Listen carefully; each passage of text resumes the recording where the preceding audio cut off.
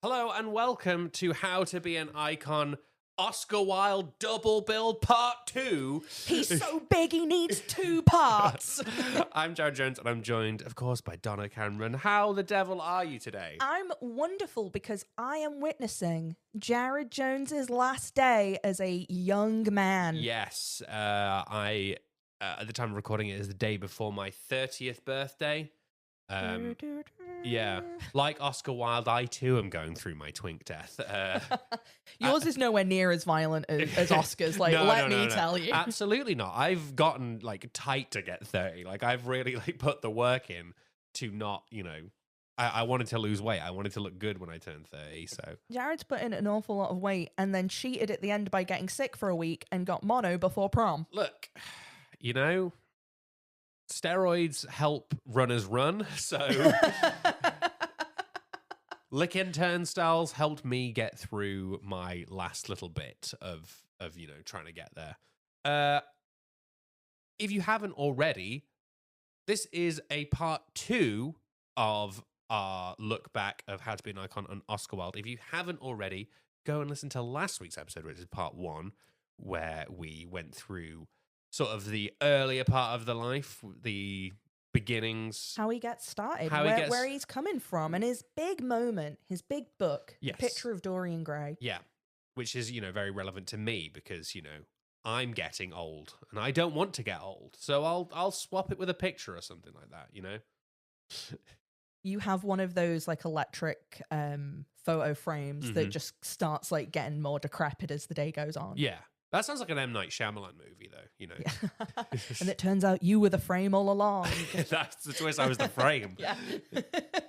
Neither the person nor the picture. No, I was the frame. You were the frame all along. But yeah, also, if you haven't already, please hit the like button, 5-star review, leave us a comment. We always appreciate it. And if you aren't already, please follow us on whatever your podcast platform is of choice. Share it with a friend because the only thing worse than being talked about is not being talked about. Did Oscar Wilde say that? He sure did. Is that an actual quote? That is an actual Oscar Wilde quote, yes. I'm only using actual Oscar Wilde quotes. Oh man, you should have tried to see which would like your the best Oscar Wilde quote that wasn't Oscar Wilde. But let's join back with the Henry Ford of gay sex himself. So, previously, like I say, we had, started of the beginning of his life, starting out touring America, being gay. That's a big part of it. It's a really, really prominent part of it. If you haven't listened, and you absolutely should, because we did a lot of research and it was a very good episode. But if you haven't, and you are still here, the big things that you need to take away from it. Cliff notes. Number 1, he has a wife. That doesn't matter. Don't worry about her. I worry about her, but don't worry about her. She's not worth worrying. Oscar's sure as hell not worrying about her. He doesn't. We don't know if he knows her or likes her. So don't worry about that. Someone has definitely said it, and he's gone. Constance? That woman whose bank account I have access to. And my children, Tyrrell and Lasagna. Yes, those two. Yeah. Oh, wonderful fellas. 13 and 19, and you go, Cyril's 8. So there's that. Second big bit: poems, writing, plays. He's doing a lot of that sort of stuff. It is easy to forget within all of the kissing. He is actually a writer. He's a writer. And thirdly, most importantly, gay. Lot of gay stuff going on. He's kissing boys, he's touching butts, and he's writing to anyone and everyone. Anyone and everyone. If you're a male in the ages of, we don't need to say how young, but, if you were a dude in society at the time, Oscar's coming for you. He sure is. So that's where we're up to. We're all cut up. We're all on the same page. It is the summer of 1891. It's hot. We're all feeling ourselves. And Oscar meets Lord Alfred Bruce Douglas. Now, I'd like you to just close your eyes for a moment and think of the worst gay man you've ever met. Yeah, Bosie is worse. Bosie is if Oscar had no wit and no charm. Oh, right. Okay, I see. As the name would suggest, Lord Alfred is a lord. He is of the upper class. And this is really important because Oscar is middle class. And at this time, the class system is very defined in the UK. Yeah. It is appointed to you by God. You are upper class because you're just better than everyone else. And Oscar was obsessed with the upper class. The rich and the fashionable were really like a lifelong kind of draw for him. He writes at some point, there is something about them that is irresistibly attractive. They are more alive, they breathe finer air, and they are more free than we are. Wow. Yeah, he's really about him. He really like loves rich people. Partly because he kind of wants to be rich people. And as we see later on, they kind of are more free than... Dude. I was going to say, like, if he was to be part of, like, any of those STEM communities of artists today, who do you think it would be? Oh, really good question. So I think he has, like, a really, like, classic gay man thing. He loves Madonna. He loves Cher. It's, like, that sort of... Where do you think he would fall on the Gaga situation of, do you think he would be like, yeah, absolutely love her, or no, I think she just copied Madonna, like it's just a bootleg Madonna? I think it depends how many drinks he's had and how Catholic he's feeling at the time. It's true. Yeah, he can like spiritually identify more with Madonna. Yeah. Unlike Stephanie. He calls her Stephanie. And he would. He like definitely would use people's real names just to upset them. Yeah. Oscar and Bosie have differing accounts on how they met. Bosie says it was an ordinary exchange of courtesies. Wilde was agreeable and talked a great deal. According to Bosie, they hung out later on and Oscar came on to him, but he like rebuffed him. Oscar claims it was love at first sight and they like kissed in a corridor 20 minutes after originally meeting. I'm going to go with Oscar on this one because Bosie's a weasel. Oh, yeah? Yeah. They kind of meet each other again at the opening night of Lady Windermere's Fan, and they'd kind of been writing to each other back and forth. Again, like Oscar's just sending out letters. He's just playing the numbers game. He is copy and paste messaging on Grindr to every profile. Doesn't care. He's just here for it. They kind of chat. But a few months after Lady Windermere's Fan, Bosie's brother writes to Oscar, asking for help with a blackmailer. Bosie also has a problem with leaving his letters around. He's not like... He just doesn't care. Right. He's just so flippant and above everyone else. Well, he knows he'll get away with it. Yeah. And this is kind of the first time that it really scares him, because this blackmailer is trying to get to his dad, the Marquis of Queensberry. A real fun, chill guy that we'll get to. Hilariously, Oscar actually really likes blackmailers. He becomes friends with a lot of them. He's like, it's all about the game and how you play it. Yeah. You like, don't hate the player, hate the game. Like, just... And he, like, spends time with them. He, like, befriends some of them. Like, he asks them about their lives and stuff. So he kind of builds this really good relationship with him, with blackmailers, and then is not bothered by them as much. Okay, and I thought it would be more of a, like, well, then they won't do it. But it's just like, oh, no, you can. Like, I'm just gonna... He would just kind of be happy to pay for it. He found it, like, quite charming to be like, you're trying to extort me. Delightful, have some money, leave. Yeah. Meanwhile, Constance, again, is sat at home staring at the wall. Oscar really liked one blackmailer called Fred Atkins, who would do this bit where he would meet a guy, take him home, get both of them naked, and then Fred's mate would bust in the door claiming to be Fred's uncle, and then extort them for money. That's pretty smart. That's I was not able to find what this uncle looked like. I found a picture of Fred, who is very twinky. I really hope the uncle was as twinky. To be like, he's got like this big fake mustache, being like, what are you doing with my nephew? My nephew, my young, supple nephew. And you're like, is that a boy in two... It's like two boys on top of each other in a trench coat trying to extort me. I've worked a hard day at the business factory, and you better stop that with my definite nephew. Give me some money and I'll leave. But the other part of that, though, is like, all right, they give the money over. And they just gotta go home. And then the uncle leaves, and it's like, all right, are we going to carry on? And Fred's like, Oh no, I'm done. Like I'm, you've been bamboozled. I. Sorry, what's happened to you is you've been blackmailed. And you just have to go, Or do you think he plays along like, oh, I'm just really tired now, and that's really like killed the mood. So I guess I'm like, nah, I'm just not feeling it. It's so rough to not just get blue balled, but also blackmailed at the same time. That you just got to leave going, well, now what? Now what do I do? One of these incidences, actually, from Fred Atkins was reported by the police and was also brought up in the trials later. Okay. So this was kind of a well-known bit. While Bosie is studying at Oxford, it's suspected that he was blackmailed at least twice because Marquis of Queensberry, who I'm going to refer to Queensberry from now on, just for, I don't want to keep saying it. He referred to it as my son's infamous conduct at Oxford. But we don't really know exactly what happened. What that is, but we can kind of assume that Bosie's kissing boys. Ooh la la. Bosie wrote Oscar what Oscar calls a pathetically charming letter. It's really tragic, actually, because a lot of the letters Oscar sent to Bosie are gone. Yeah. They were burned kind of after Oscar's passing. So we have to kind of piece things together from a lot of the letters that either Oscar kept or were sent to other people. But Oscar shows up armed with a lawyer who had clients, including the Prince of Wales, and told Bosie he knows everything about us and forgives us all. Oh, well, I'm glad that it's, the lawyer is fine with it. The lawyer's like pretty chill.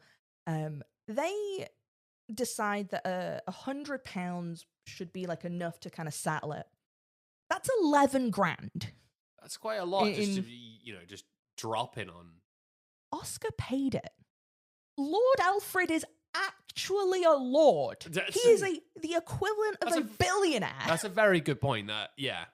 That's that you're getting that you're getting Oscar to pay it. But then if he's offering, like, are you gonna say no? Bosie never says no. Exactly. He never says no to anything. But this bonds them together because Oscar gets to sweep in and play the hero and like save this poor golden boy. It also allows Oscar to kind of swoop in because Bosie has stated like several times that he doesn't find Oscar physically attractive. Right. They have the same taste in twinks, but it gives Oscar the chance to talk. Right. And that's what he's good at. That's how you get him in there. Hook him in. We are fairly confident that they had sex for the first time in June of 1892 while Constance and the children were away. They had gone to dinner at the Lyric Club, and in Bosie's diary he noted, I was filled with drink by the time I got back to his house at 2:00 in the morning. I mean, that's how it happens. And Oscar really did the like, oh my God, do you want to come in and play Mario Kart? Yeah. And he's like, oh, you can stay in the spare room, except it's like really cold. So like we should watch a movie, but I don't want to watch a movie. We should just like listen to an album. And then he ended up blowing him. That's the classic way. Yep. It's bad. Don't do that, kids. Oscar's love of dick sucking is incredibly well documented. Man, like, that's one of those things that you just sort of have to feel a bit like, in your legacy going forward, that your love of a sexual act is like so well known that it's like.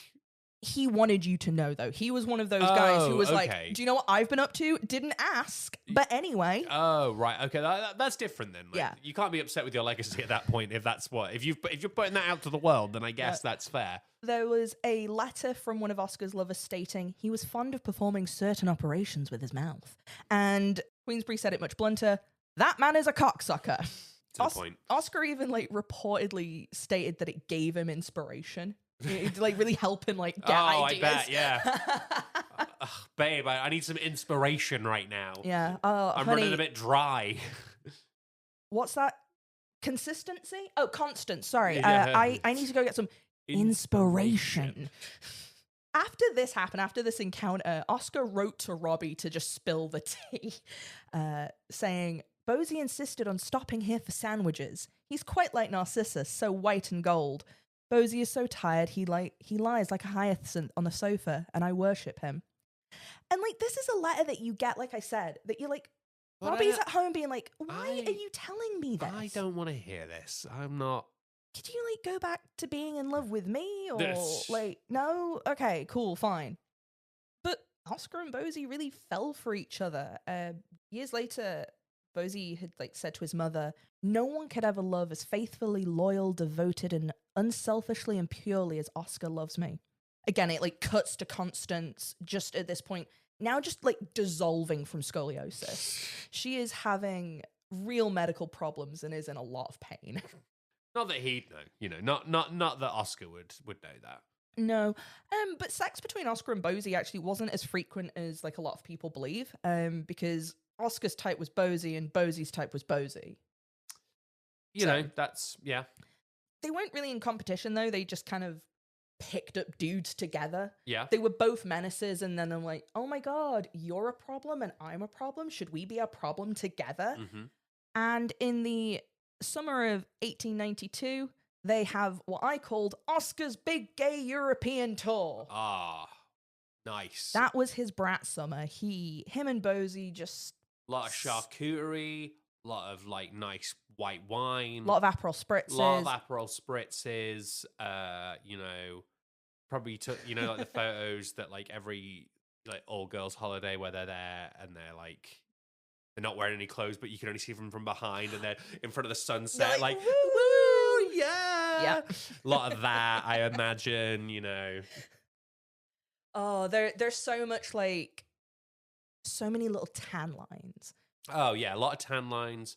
Oscar wears a shirt to the beach, unfortunately, but Bosie is wearing little shorts, little pants. Like some song that you only ever hear abroad, and you're like, I don't know what this is, but like I'm hearing it everywhere around here, and I don't think this is anything that I can listen to at home, but there's something about being on holiday and just the wild music choices that you get sometimes that is unmatched. Really is.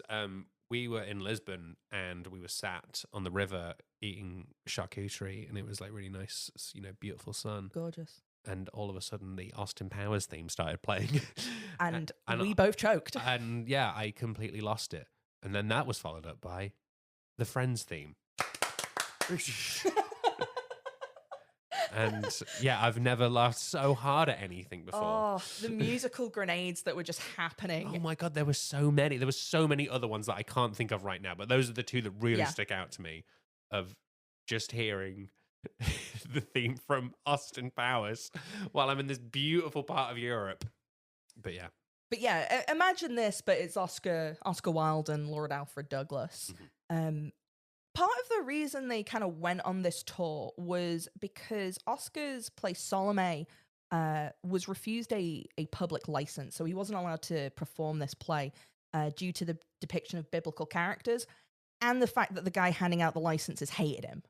Well, you know, again, he's such a Marmite character, you know, you either love me or you hate me. It turns out the guy giving out the licenses, he hated you. Maybe like you should not aggravate everyone in power, because it's not working out. Oscar just freaks out, decides he's going to move to France. He's going to refuse to be a British citizen, apparently shouting, "I will not consent to call myself the citizen of a country which shows such narrowness in artistic judgment." He went back on this pretty quickly when he found out you had to serve in the French military for a year before you I'm not could doing do that. No. Oh, work. Ooh, stinky. Can we just go on holiday instead, babe? Yeah, I mean, I feel like people have had that kind of same reaction of, oh my God, I'm going to leave here, I hate it, and then go away for 2 weeks to the Costa del Sol, and then they're like, actually, I quite like, you know, living in a country where people speak the same language as me. This is actually pretty fun and nice. Yeah. But they return from their brat summer, they're tanned. Oscar's got that wine bloat. Yeah. Because he's getting big at this point. Yeah. He's packing on pounds. And he is like, oh my God, I have a wife and like 2 kids at home. And he tries a little bit to try and be a father. He starts work on a play called A Woman of No Importance. Again, definitely not about Constance. And he gets really bored of being at home and just invites Bosie over. Bosie's mother and Constance start becoming friends at this point. But it's suspected that Sybil Queensberry was just like, what is going on between my son and your husband? So she's just trying to like figure out this whole weird thing. Yeah. Bosie's a massive mama's boy as well, and they start having a bit of a pissing contest as to which one loves their special little baby boy more. Sybil, however, also starts to warn Oscar about Lord Alfred's temper. Oh, okay. And there is a reason I keep referring to him as the Terror Twink, because he has got a nasty, nasty temper on him. It's the thing that, like, is the connection between him and his dad. Right, okay. Is Queensberry was well known to just be an asshole. He was a brute. He'd carry around a whip. He was, like, known to beat people with it. Jeez. Just for the crack? Like... Yeah, it's believed that he drove his eldest son to suicide. That's a whole other side quest we don't have time for, but Bosie uses that to great effect. But Lord Alfred is like the kind of person that you'd make YouTube drama videos about now. Oh, okay. Yeah. Like he really is.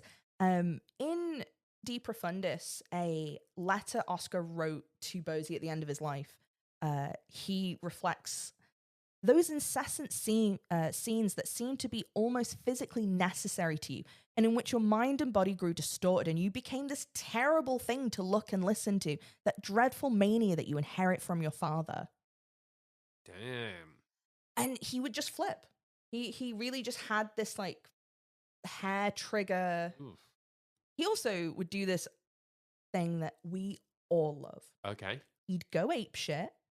He would then start crying and trauma dump on you about how awful his dad is and why it's not his fault he's like this, it's yours. No, that's the worst. Yeah, he does this to Oscar a lot. Oh, man. And for as selfish as Oscar is, he does have this soft spot for a sob story. Yeah. And it's a hopeless romantic, you know? Oh, God, he does this again and again. Yeah. I was kind of wondering about it is because Oscar gets really bored in relationships. And I think the reason him and Bosie work out is that he is such a hot mess that you can't get bored of it. Oh, I think I could. I think I could absolutely. Oh, I think a regular person could, but... Yeah, I couldn't be doing with that. No, absolutely not. Queensberry had actually met Oscar before at some point because he had read some of the picture of Dorian Gray and he disliked it from its sodomistic intent. But when they arrive back in London, Oscar and Bosie are actually out having lunch and they spot Queensberry and Bosie's like, I'm going to try and make my dad like my boyfriend. Ooh. This actually goes surprisingly well because Oscar does what Oscar does best. He's charming. Yeah. He really turns it on.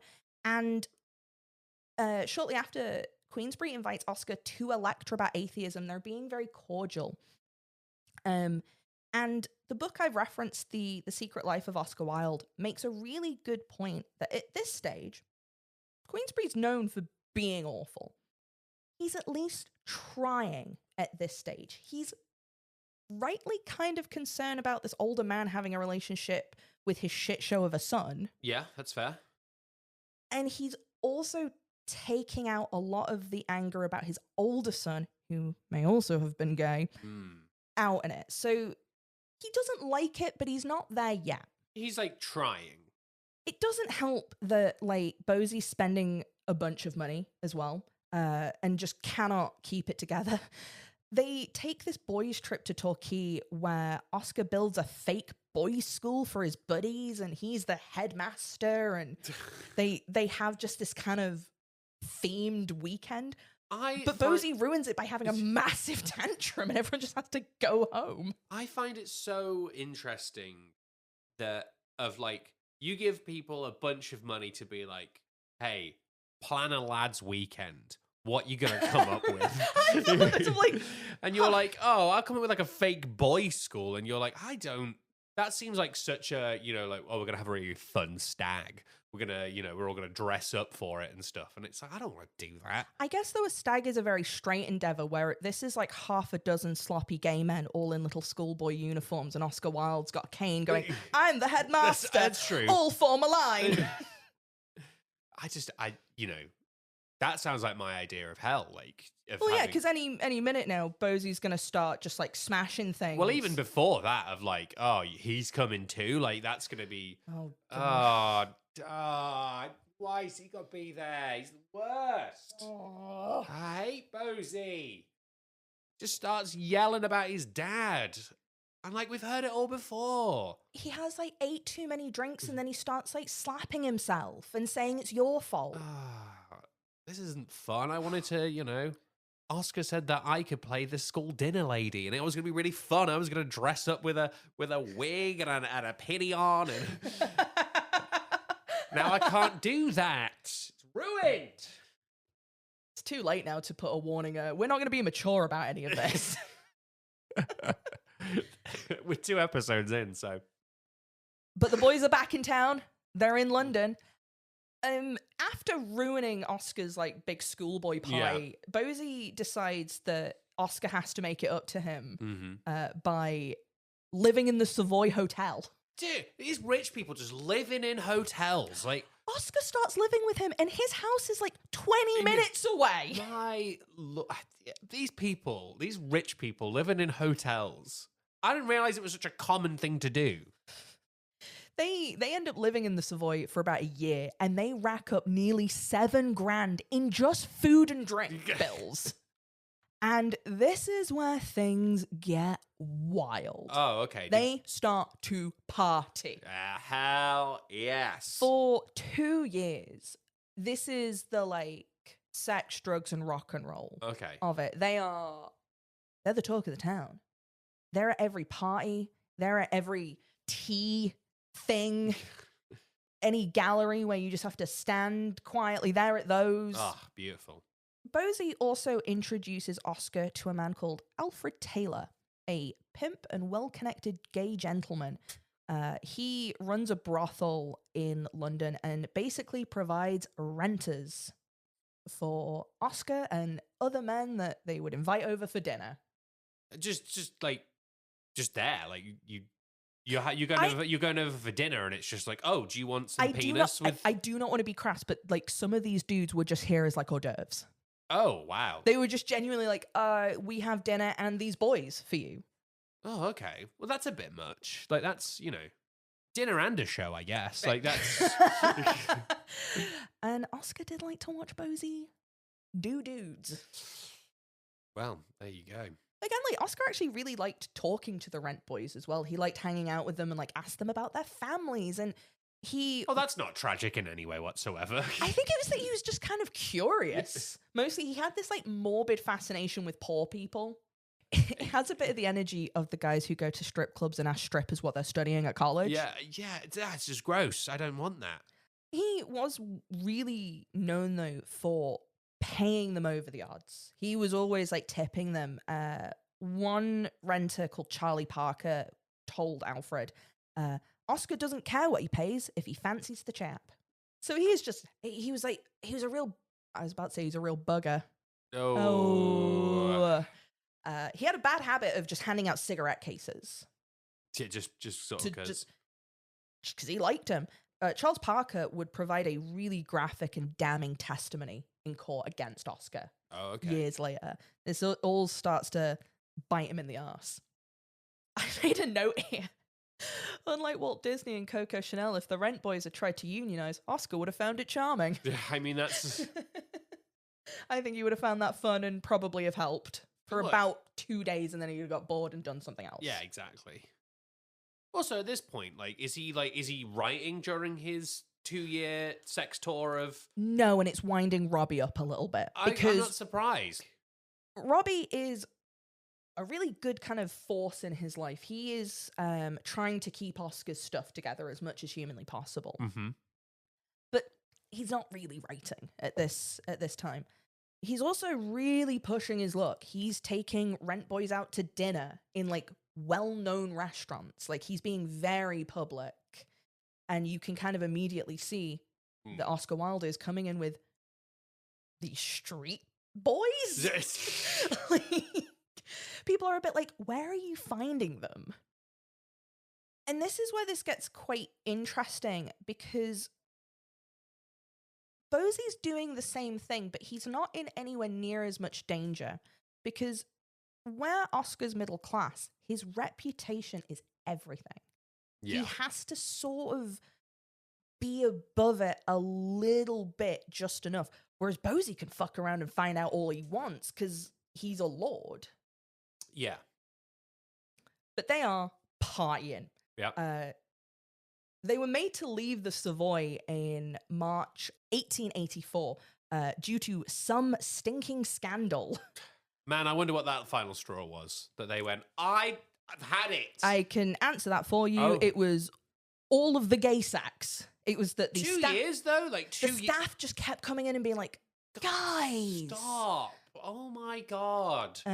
Put the hook on the door that says, do not disturb. They were also, You and we'll talk more about this later, but they also were getting really fed up with the state of the bed sheets. I mean, that's, you know. But they were kicked out the hotel, and Queensberry tried to follow up what happened, but the hotel's like, we deny all knowledge of them ever staying here, leave us alone. Yeah, well. They just kind of, they were banned from ever staying there again, but would regularly go there to dinner. It's this kind of massive you can come for dinner, but we are not like you are not allowed in the bedrooms. No. Bosie's then kicked out of Oxford because he's done no work. He's been technically in university this whole time. Like, where's this been from? Like, you know, what's he been doing this whole time other than touring around Europe? And he briefly tried to run a magazine in Oxford called The Spirit Lamp, but like, who cares? Bosie is also a poet in his own right, but he's like bad. He's a bad poet. Yeah. I guess his mind was elsewhere, I think. He had other things to be thinking about. He is so preoccupied. He's so preoccupied with sex that sometimes even Oscar's like, can we talk about something else other than, like, sucking dick? Because, like, I'm bored. Yeah. And if Oscar's getting bored of it... You know it's a problem. You know it's a problem. But yeah, he gets kicked out of Oxford, and his dad goes literally apeshit. As he hits 12. We've gone beyond 11. Yeah. Kind of like everyone's dad when you flunk out of university. Yeah, it's fair. Yeah. And like every failed Oxford student, he goes on an extended vacation. Oh, I thought you were going to say he starts a podcast, but okay, yeah, no, that's... He would have if he could have. He genuinely would have. And he rents this enormous house, which is ironically called the Cottage, and him and Oscar move in and just start playing house for a bit. Okay. Up until this point, when dealing with rent boys and kind of just partners in general, Oscar has always been like very, very sweet, very like giving. He's like nice to the point of a fault. Like he is very nice to these people, but he starts to change a little bit here. He starts getting a bit sharp. Probably because there have been a handful more blackmail attempts. And he hires, you can't see it, listener, but big quotes. Big air quotes on that, yeah. He hires Walter Granger as a under butler, but mostly just like to blow him. And he started to threaten him into keeping quiet. And this is the first time Oscar's like being nasty with people. Robbie's getting mad because he's not writing. Constant visits the house. Where's she been in all this? She's just like... She visits the house that he's now living in with his boyfriend. And, like, the whole village is kind of side-eyeing her, being like, do you know what they're doing up there? It's also around this time, Bosie and Robbie hook up. Oh, no. It all goes a bit south. They do not remain friends. I'm not surprised. But Oscar is slowly working on An Ideal Husband, a play that he says has the most of himself in it. And there's this really telling piece of dialogue. Women are not meant to judge us, but to forgive us when we need forgiveness. This kind of suggests that he knew the party was ending a little bit. And he might need Constance. Yeah. It seems a little bit like things have gone off the rails at this point. I think that's it. I think he's stepping back and being like, oh, we might have gotten out of hand. Because this has gotten a little out of hand. It's going to get more out of hand. More out of hand? Jared, it gets much worse before it gets any better, and I'm not going to say it gets any better. Oh, okay. Interesting. Bosie and Oscar are starting to get on each other's nerves. Oscar didn't like being a house husband with his actual wife. Yeah. Who is, by all accounts, very just chill. How the hell is he going to run a house with, like, the worst person in the world? It's a great question. And while this is happening in London, Queensberry is just starting fights with people and accusing them of sodomy at random. Oscar is trying to get Bosie to do something with his life and asks him to translate some of his work. Bosie does a horrible job and starts demanding that he is in fact a great poet. There is a bit in Bosie's diary. I suspected I was a great poet when I was 23, and as the years went on, my suspicions became a conviction. I love the confidence. One of his poems does contain the word sugar lips a bunch, and I really want to know, or I really want to believe, that's the first written use of sugar lips. I don't think it is. You know, maybe that the rhyme was better because he was going to go with sugar tits, but he was... I like this boy's sugar lips. I wish he would shake his sugar tits. Yes. I think boys are fun. I would like to see his bum. The great poet of our generation. Lord Alfred Douglas. They actually weren't even spending that much time together anymore. They're arguing via telegram.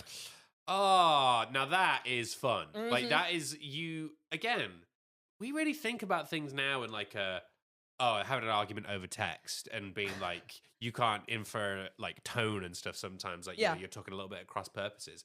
That must be so much worse over telegram. I was thinking the same thing. That you're having there going... Oh, I can't... That's so like you to say that. Oh, of course. Yeah. All right. Yeah, of course. That's so you. That's not what I meant to say. My tone didn't really come through. That's the whole thing of it, of being like, oh, great. All right. Yeah. You know what? You. The other thing I thought was, again, like you have to like send that and then just sit. Yeah. For like a day for a reply. Well, a man shows up with a piece of paper and telegram, and you're like, oh, you would. You would. That's so like you.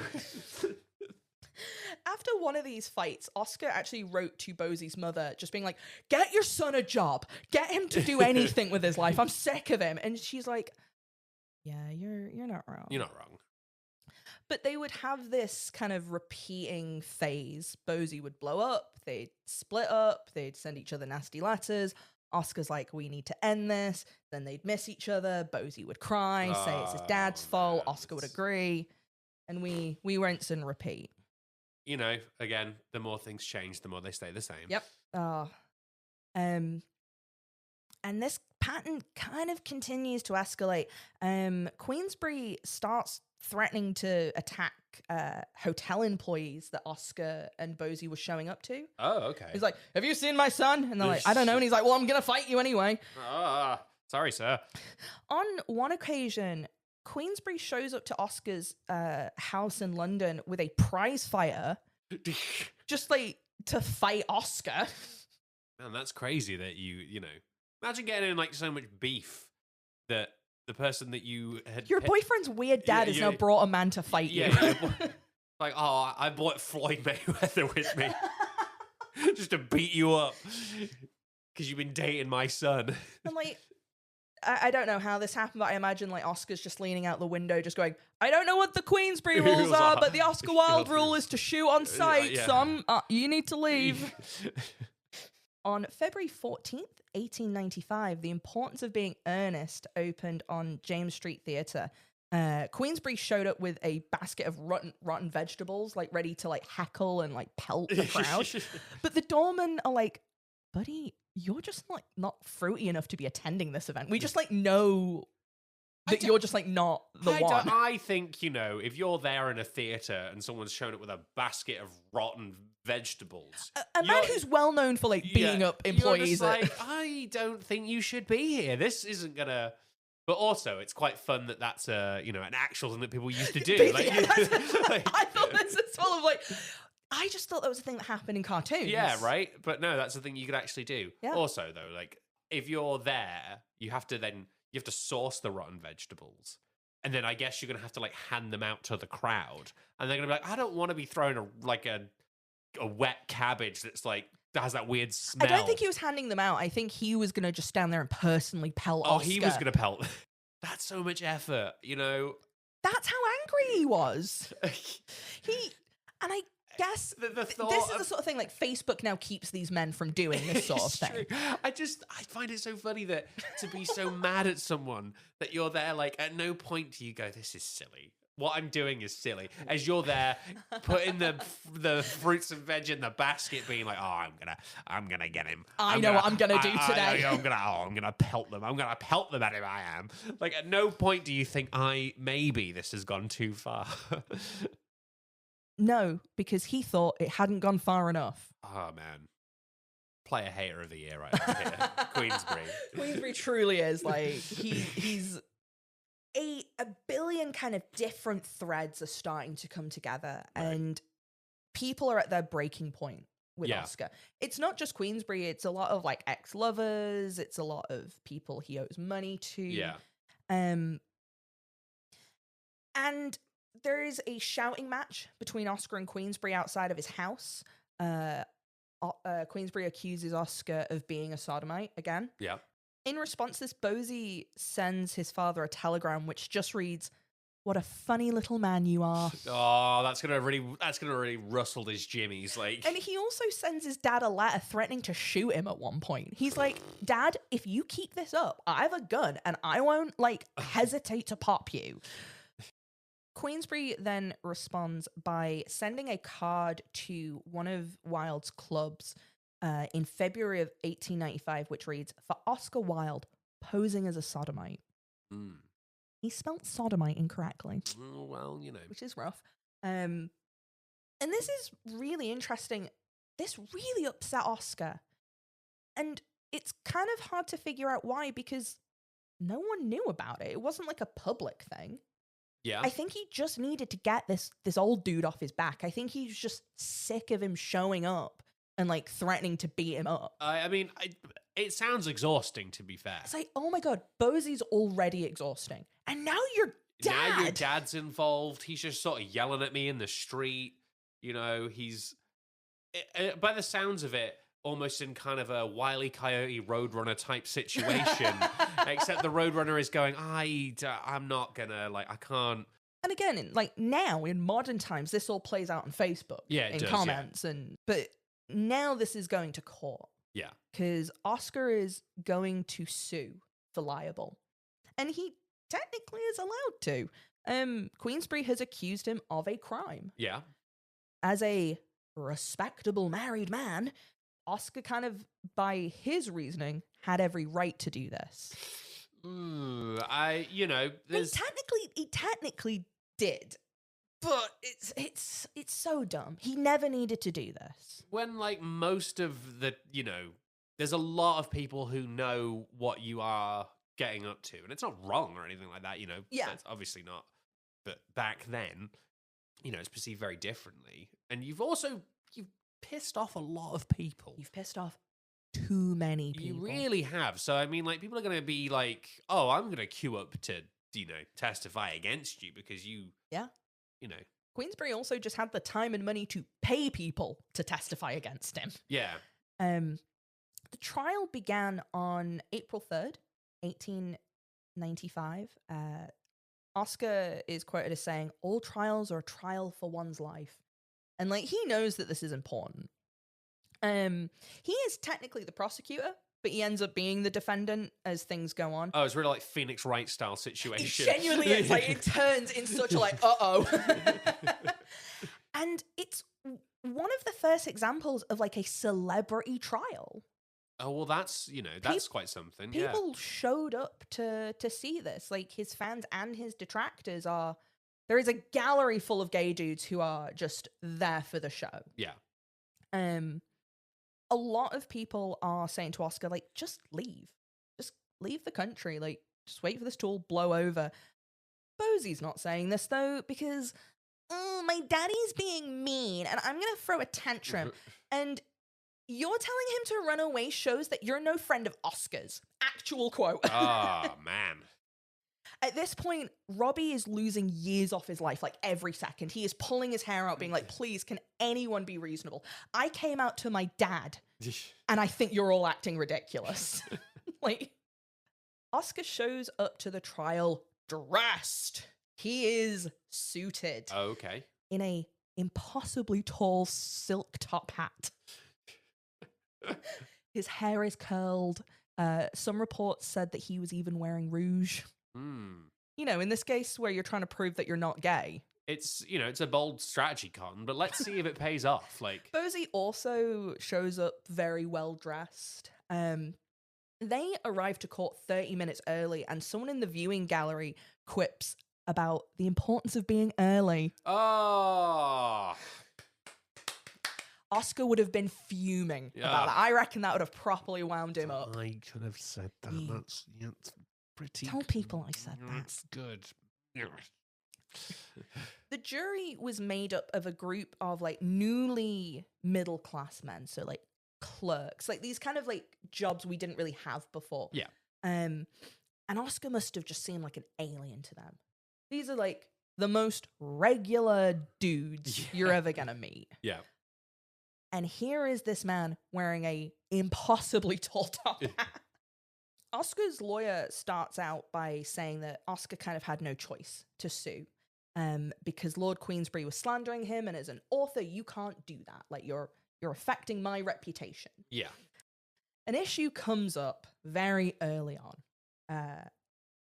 Queensberry's lawyer is a man called Edward Carson, who was actually like a rival of Oscar's in college. They knew each other and they don't like each other. Oh, okay.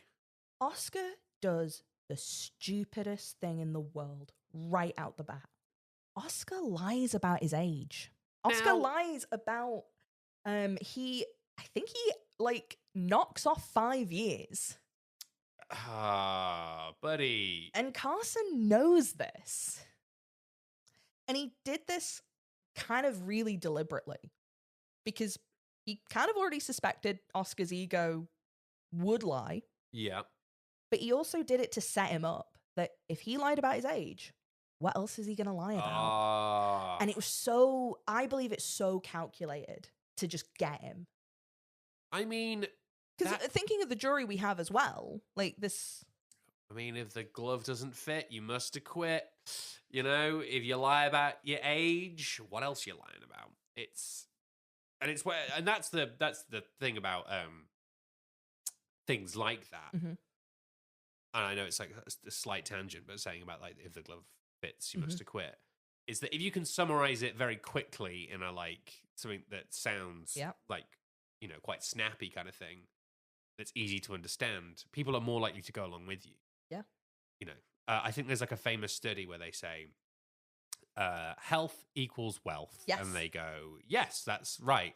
But if you say economic stability and growth is equal to physical and mental strength, and they go, I don't know, no, I don't agree with that. And that's why we changed the name of the magazine to Woman's World. Exactly. Because Ladies' World is bad. Yeah.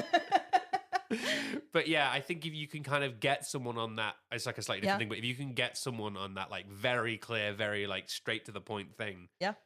And I think that's kind of what happened. And they do this to him a bit later on as well. Insanely, Oscar did not prepare for this trial very well. He went on holiday again to the south of France. Oh, but like, oh my God, it's so stressful. But it's then so like after this, we stressful. can like just like leave your weird dad alone. I've just got to like get like a clear head. So I'm going to go to the south of France, going to drink some more wine. I'm just really at capacity right now and I don't have the emotional space for it. Yeah. So he's not as prepared as he could be, but his strategy in court is to kind of play the semantics game. If he can just out-talk you, he's up against a lawyer. And originally, like, Oscar's holding court. He really kind of enjoys it. Everyone, you know, he's so, like, confident he's going to nail this. But he starts getting worn down over time because there's only so long you can argue semantics for. And he's eventually caught out when Carson asks him about someone, and Oscar states he wouldn't kiss an ugly boy. And the lawyer's like, but you would kiss a boy. Yeah. And Oscar has this like, damn it! Damn Oh! it! Ah! And this is kind of when it turns. Yeah. The trial ends. They kind of don't really get to any conclusion. It's a hung jury. But Queensberry uses this to arrest Oscar. Yeah. And it now goes from civil to criminal. Yeah. This second trial's bad. Yeah, I mean, it's a completely sort of different time that we're operating in. But yeah, it's going to be, you're going to throw a lot of things out there that are, not going to be not pleasant. There are people going like, again, buddy, you got time, you can just leave. Yeah. And he sits there. He's with Bosie, his lawyer, and Robbie, and he's described as in this like pathetic indifference. He just can't decide what to do. And he misses the final train to Dover. He like misses his chance to go. Like he could have left and avoided all of this, and he just doesn't. So he just sits and drinks until he's arrested. And it's this really weird thing of like reality hits him so suddenly. Yeah. It's like the bubble bursts and he goes, uh-oh. Yeah. This trial has his dirty laundry, both like figuratively and literally, like paraded before him. Because as I mentioned before, there was a chambermaid at the Savoy that would testify against him. Her testimony, I think, is quite funny because she appears to be more upset about the dirty sheets than the gay sex. Well, I mean, that's like a job thing where you just like, I just couldn't, you're trying to get those stains out. They're just not going. And I'm sick of it. 2 years I had to put up with this. 2 years. This is the first time I've had to vent about this. I've told my husband every time, and he's sick of hearing it. So I'm glad just to be getting this out here. Oscar at this point is like, I don't know. I'm not a chambermaid. Why would I know anything about the laundry? Oscar's lawyer claps back in the most insane way humanly possible. It's like, look, we can explain these stains dead easy. My buddy Oscar here just had diarrhea and tried to jerk off to cheer himself up, and he loves Vaseline. I mean, the defense rests. Your Honor, I think this man's innocent right there. And this is like, I feel like that's the moment Oscar's like, I'm going to jail. I'm done. I can't believe you've done this to me. What is that? Bosie is quite like kept out of this trial, both because Oscar wanted to protect him and his dad wanted to protect him. So he really doesn't feature in this. And that is that interesting double standard I mentioned when we talk about class. Yeah. You think billionaires' kids get away with stuff these days? Yeah. He just walks out of this with the rest of his life. He makes, Oscar attempts to make one final like defense for himself. He can't really do much else, so he just tries to defend being gay in general. Yeah. This kind of last, and this is a really famous quote. I've taken some bits out of it because it's quite long, but it is in this century misunderstood, so much misunderstood that it may be described as the love that dare not speak its name. And on account, I am placed where I am now. It is beautiful. It is fine. It is the noblest form of affection. There is nothing unnatural about it. Should it be so the world does not understand, the world mocks at it and sometimes puts it on the pillory for it. And he's really trying. And they just go, sorry, bud.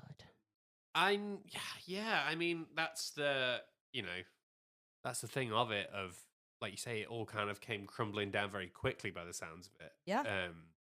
Because like you say, like the civil suit is more just to be like, to defend his name and his kind of honor of like, well, yeah, you can't accuse me of a crime or anything. And we can look at his personal failings. Yes. He's not, Oscar treats a lot of people very badly. Yeah. He should not be in court for this. No. He should not be doing this. And they are definitely using him as an example. Yeah, I can see that. And, and again, it's the other thing as well of like, he made a lot of people mad and, And not because he was gay, just because of who he was. Like, Yeah, you know, just the way he kind of conducted conducted himself. He yeah. made as many friends as he did enemies. Yeah, and like, you know, obviously those people are going to be rooting against him and kind of going for him, kind of thing. So it's like you know, but yeah, that's so sad that that's the. There's such a tragedy to it, and again, it makes me a little bit emotional because they're reading passages from the picture of Dorian Gray to him, against him in court. Yeah. And that's so tragic to have your life's work condemn you like that. That is, I think, what is the thing that really establishes Oscar as an icon. Yeah, and absolutely. Martyrs himself a little bit. Kazro on YouTube makes an incredible video about this trial. Goes into a lot more depth about it, and I really, really recommend it because I used it quite a lot for this last part. Yeah. The judge, by the way, said that this was the most disturbing case he'd ever tried. What? Jeez. Do you want to guess what he'd done before this? Go on. The death of a child, the murder of a child. You know, sensibilities are different, and like that's. I think it's so like easy for us to be like now being like, wow, that's ridiculous, because it is ridiculous. It's 100% it is, but it's like back then, it's, you know, being accused of being a sodomite was like, it's a crime that people didn't even talk about. Yeah, right. Like, that was so, they were so like, it was so icky and so like put against that. People legislating against it had a hard time getting it through court because people just didn't even want to talk about it. Yeah, that's absolutely it. We just kind of washed our hands of it. This trial was so humiliating. Yeah. You can't imagine. And there are court drawings of Oscar that break your heart. The other thing that breaks everyone's heart is Constance. Oh, man. Because she's there through this. And there's not really a lot about what she was doing at this time, but she so interestingly, she's there. She has every right to divorce him by this point, and she just doesn't. Oscar is found guilty of gross indecency on May 25th of 1895. He was sentenced to 2 years in prison under hard labor with no bail. And this was the strictest punishment that the law could give at the time. Damn. Yeah. What do you think hard labor is? Because it's kind of like a vague term that we hear, but yeah, is it kind of just like, I'd say like just kind of unpaid sort of manual work, I'd assume. It is basically that cartoon idea of prison. It's like smashing rocks and stuff like this. Okay, yeah. Oscar kind of suffered two forms of hard labor. The first being, you know those big ropes on ships? Yes. Just pulling those apart. The punishment there is that it's so boring. Yeah. The other one was walking on the wheel. Okay. You can imagine, like, big wooden hamster wheel. They put a bunch of dudes on it, and you just walk all day. I had a realization not too long ago. I do something very similar to myself willingly 2 to 3 times a week on the stair machine. And I was on the stair machine not too long ago. And I was about 25 minutes in, and I'm like out of breath. I'm almost crying. And it just hit me going, oh. Oh, this is terrible. Yeah. My God. That's wild. Like Oscar Wilde. Hey. Yeah. But no, that's, we even made that joke before. I know. But yeah, no, that's so much. And obviously, you know, Oscar is probably not, you know, not thrilled at this. I wouldn't have thought. It destroys his health. Like he has the like soft, fleshy hands of a man who's never picked up like a heavy vase. Yeah, like he's so soft and pampered and perfumed. Yeah, he's like, you know, a piece of veal kind of thing. You know, it's like, the only thing softer than him is our cat. Yeah. The other really cruel thing is that he was not allowed to read or write for large periods of his incarceration. Oh, man. Eventually, helped by a friend who was in Parliament, he was eventually moved to Reading Jail, where he was allowed to start writing a little bit. And here's where we get De Profundis, the essay that I've mentioned a bunch. Yeah. And it's basically this letter to Lord Alfred being like, I'm upset and here's why. Yeah. And it's very sad and reflective, but it's also very candid and very honest. Yeah. And we also get one of the last things that Oscar ever wrote, which is The Ballad of Reading Gaol. It is a beautiful poem. Mm-hmm. I love this poem and I think about it quite regularly. Yeah. And it is an account of Oscar watching someone be hung in jail. Yeah. And it's so different from a lot of his other poems. It's really stripped back. It's really almost simple. Yeah. Like it's incredible. I really recommend that you read it. Constance visited Oscar once in jail to tell him that his mother had passed. She supported him with a little bit of money. It was around £3 a month, which is about 300 quid. Yeah.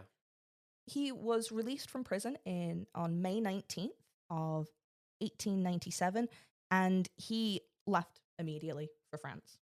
Yeah. He was done with England. Not surprised. Yeah, at that point, like he never returned, and he was exiled under the name Sebastian Melmoth. Mm-hmm. Sebastian's interesting because Saint Sebastian is like an image that comes up in like gay culture throughout history. Yeah. So, you know, he tries again to convert to Catholicism, but just kind of gives up on it a little bit. Yeah. He's already been outed as gay now. He's already served his time. He kind of doesn't care now. Yeah, I mean, what more is there? Despite Bosie ruining his life, they did meet again in August of 1897. Wow. Mm-hmm. They met in France. Both people's families threatened to cut them off financially. Yeah. It was a terrible, terrible idea. Someone asked Oscar, like, why did you want to see him after all of this? And Oscar genuinely just said, to tell him that I love him. Oh, man. And that's what also gets me about Oscar a little bit. Because he is a menace. He's a problem. Yes, he does not treat people well. There's something about Bosie that he just can't ever give up. Yeah. Even with like a literal noose around his neck. He couldn't do it. And Constance did make Oscar give up parental control, and he never saw his children again. They moved to Switzerland, and they even changed their surnames. I think Constance kept her name, but the sons didn't. Trundle and Crandall. Yeah. I remember. Yeah, those two. Yeah, those two, yeah. They're in the back being like, Papa, where is he? And he's like, we don't talk about father. He returns to Paris, and he just starts drinking. He experiences hostile encounters with Englishmen and Frenchmen who recognize him. Yeah. And he ends up just kind of confining himself to his room and just drinking kind of the last of his days. He jokes with one of the porters as he leaves the hotel in some of his final days. My wallpaper and I are fighting a duel to the death. One of us has to go. That's often attributed to his like final words. Yeah. He died on November 30th, 1900. I think Robbie was with him when he passed in Paris, because there is a photo of him on his deathbed. Oh, man. The photo's really funny because you can tell that he's like trying to get a good angle. He's he's done his hair. It's like clearly a dying man, but he's also like, one more face card. Yeah, exactly. You've got to.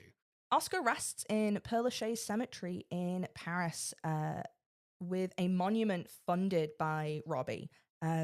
Very sweetly, in that monument, there is a little compartment for Robbie's ashes that were added in the 50s. That's very nice. I've actually visited Oscar's grave in Paris, and it's gorgeous. Yeah. It is this huge, like grey stone monument that now has like a glass barrier around it. Yeah. Because it was getting damaged because people kept kissing it with red lipstick. Oh, that's very sweet. Constance is buried in Genoa, Italy, in the monumental cemetery of Sant'Alego. Oh, wow. There's a memorial statue of Constance and Oscar in Dublin. The statue of Oscar is incredible. It's huge. He's lying back. It's such like, he's so camp and like he would have loved it. Like he looks incredible. The statue of Constance is her naked and pregnant. That's not really a vibe that I think he would have gone for, or she would have gone for by the sounds of it. But, I mean, tribute's a tribute, I guess. Given how like modest and kind of private she was, I Yeah. just don't think that was That wasn't the vibe. maybe not.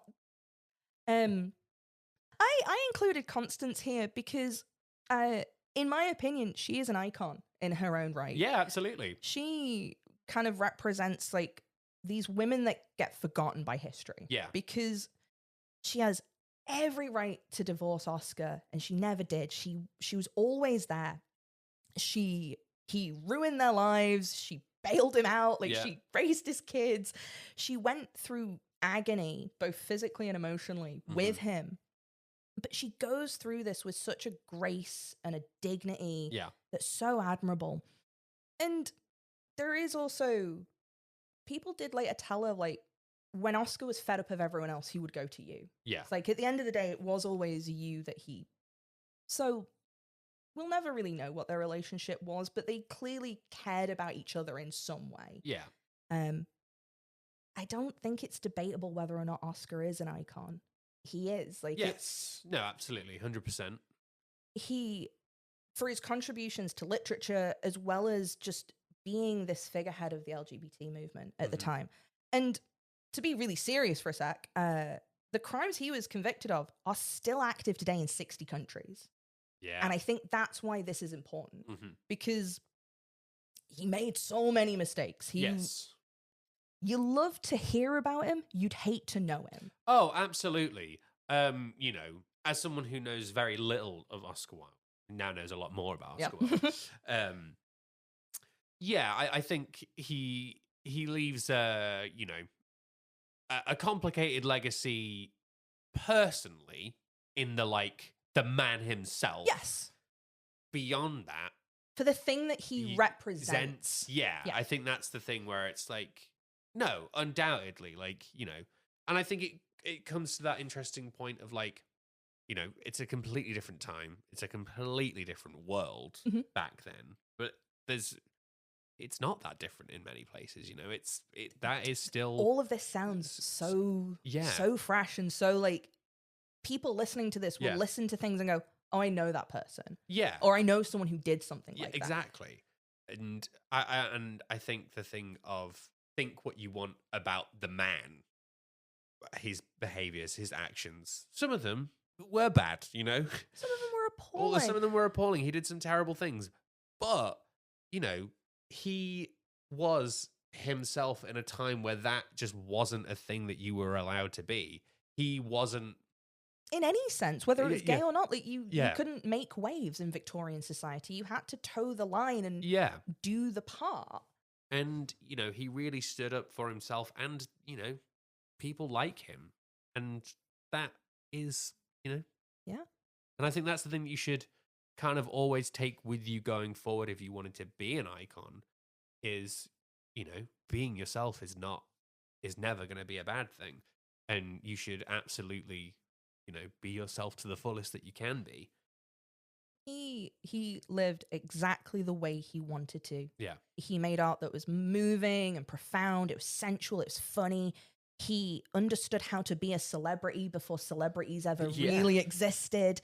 Like, he, even going after in his legacy, a little side note, actually, after he passed away, Robbie put a lot of effort into collecting the copyright of his work. And I think the reason we have so much of Oscar's work is thanks to Robbie. Yeah. He became his literary executor. He kept publishing and just pushing Oscar's work because he knew what it meant. Because so many people after that found it and found out who they were because of it. Yeah. You know, we have the benefit now of having the internet. Like, you type into Google, am I gay? Here people don't even have the word for it. No, and that's for so many people for so many years, like, he showed them what they could be. Yeah. You know, he would love that people wrongly attribute quotes to him all the time. Yeah. He would love that we're spending all this time talking about him, and he'd love that there's a filmed version of The Importance of Being Earnest that is now being played in cinemas. Yeah. Like, his work is so endearing and enduring that it will never go. And compared to like Walt Disney, who was a union buster and a snitch, Yeah. and Coco Chanel, who's a literal Nazi, Yeah. his crimes are very human. Yeah. No, I agree. He puts it best himself in De Profundis, where he says, I am one of those who is made for exemptions, not for laws. Well, there we go. And that's Oscar Wilde, everyone. Well, thank you very much for that. That was our 2-part on Oscar Wilde. Very interesting. Because like I say, I came into this knowing nothing of Oscar Wilde. Very quickly, I made a note at the bottom saying Oscar would have loved paying 3 services and vapes. And he'd loved a Kalana. But our next person, we're following the zeitgeist, baby. Because there's this movie, and it's called Mission Impossible. And it's coming out next week. But there's a star in those movies. A star that shines so bright. And his name is, in fact, Tom Cruise, who is going to be our icon for next week. So please join us for that. And if you haven't already, give us a 5 stars. Leave a review. Send this to a friend. Tell them they look really good. Oh, thank you very much for joining us. And like I say, join us next week. But drive home safe, y'all.